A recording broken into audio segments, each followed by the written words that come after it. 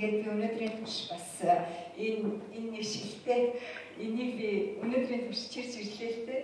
Энэ түрүүний танарт ярьсантай энэ болохоор миний бас амьдралынхаа турш хэрэгсэн зүйл байгаамаа. Энэ болохоор сармис тэгээд лимон ийм л хоёрхан юм байна. Сармисаа сармис шахагчаар шахаад, лимоноо болохоор лимон шахагчаар шахаад, тэгээд яг нэг иймэрхүү л өтгөнтэй шүү заяа. Энээс өтгөн байх юм бол бас хэтэрхий өтгөр чинь, энээс шингхэн байх юм бол бас болохгүй. Ер нь яг иймэрхүү хэмжээтэй ингээд жишээ нь бада энийг гэхэд би өдөр нэг жижиг хатгаар уутай. Орой уутай.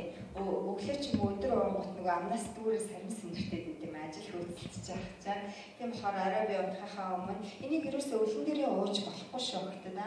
Өлөн дээрээ уух юм бол ходоод муяа гэхэр лимон ч нугасаа кислотатай шүү дээ тийм болохоор өлөн дээрээ ууж болохгүй ер нь орой уучж байгаа. Орой унахаа өмнө уучтай би. Тэгээд маргааш өглөө ирж хэрвээ би чухал ажилтаа бол нөгөө нэг тал аяг сүүгээ уучтай.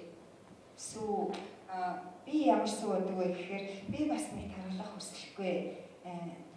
Би тийм таргалдаг нэг би хаатаач биш л дээ. Миний ген тэгсэн ч гэсэн би бас одоо байгаас нэг таргалах юм дурггүй. Тийм болохоор би энийг зөвхөн лимон сармисаар хийдэг. Миний дэ болохоор жоохон таргалах хүсэлтэй байгаа учраас энэн дээр юу нэмэн зөвгийн бал цэвэр зүгийн бал гэдэг шүү дээ. Гадуур дэлгүүрүүдэд зөндөө байдаг. Тэр цэвэр зүгийн балыг 3-4 халбаг хийн том халгаар.